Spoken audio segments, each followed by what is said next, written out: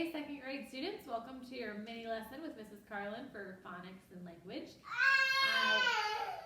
Marigold wants to be part of the video too, I guess. So really in your phonics and language homework, you're not going to have a lot of brand new stuff this week. And I know you're all thinking, oh man, but you are going to be reviewing some things that are good too. So one of those big reviews is going to be these two prefixes and these two suffixes, and we'll go over those, and then you'll be reviewing things like contractions and good grammar, so whether to use words like lie or lay or may or can, and I know that you guys know that really well. So we're going to review these two suffixes. I'm going to give you a challenge for your reading handbook, and then we're going to play a little game. Okay, so let's get started.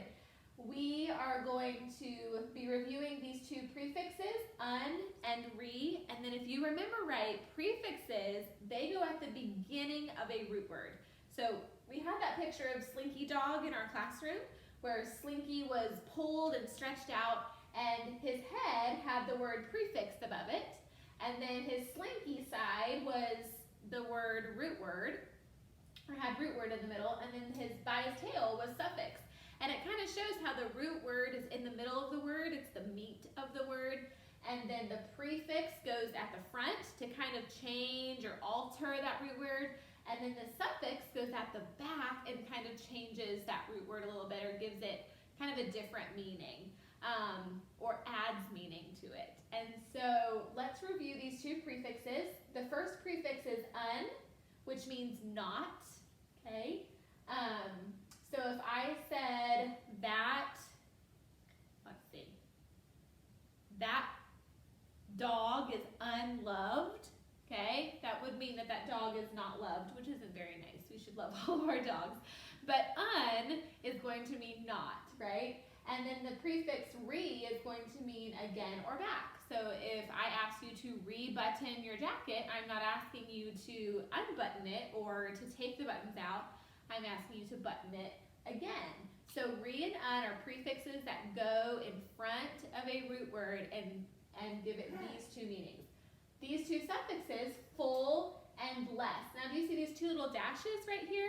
These dashes are kind of like fill in the blank, because the root word is going to come at the beginning, and then you're going to add the suffix at the end. So full is going to mean full of. We think of the word wonderful. God is wonderful. He's full of wonder. Or the word less. Less, okay, as a suffix would mean without. So if I were to say this spatula is useless, well, it's without use. Okay, maybe it's a broken spatula and I say that's useless. I can't use it. It would be without use. Okay, use would be my root word.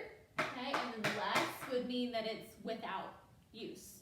Okay, so there's your little review there. You're going to be using them quite a few times in your workbooks as you're working this week. So make sure you're reviewing those with mom and dad.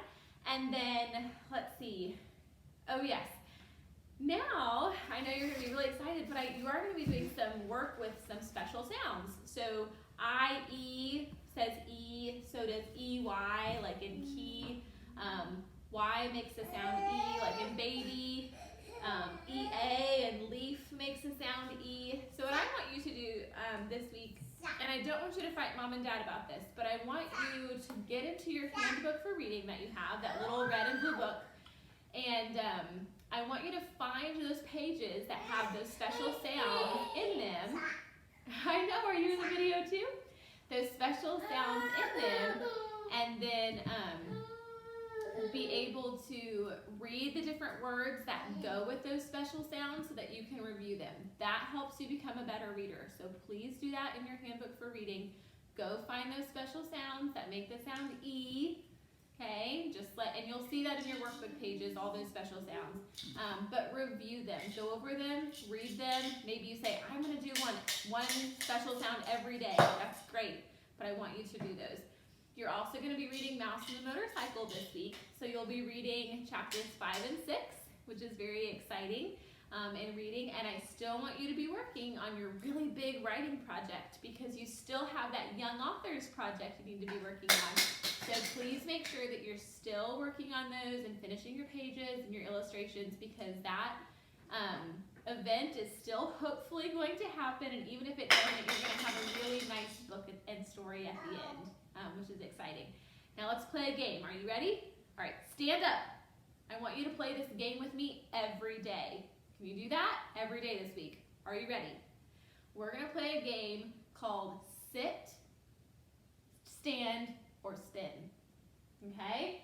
Let me see if I can find a marker here. Marigold moved all my markers. Let's see. Here we go. Here's a marker. Okay.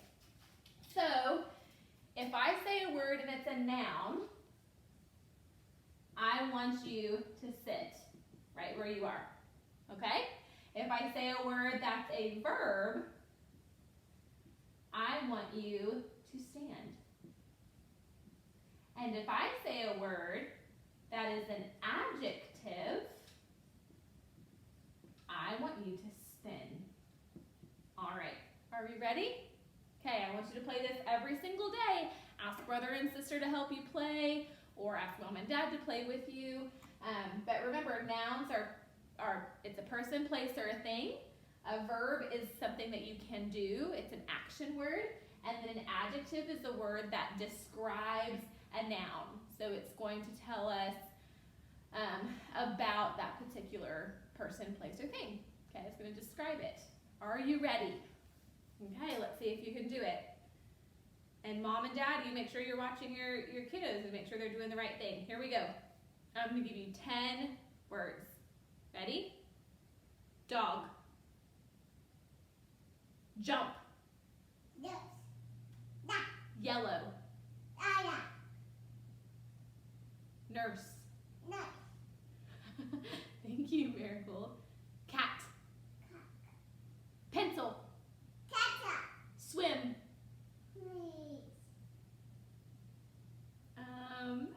I lost my other word. Oh, 7. Fat. And stinky. How'd you do? Did you get all of them right? I hope so. All right, I'll see you guys next week. Thanks for tuning in. Bye.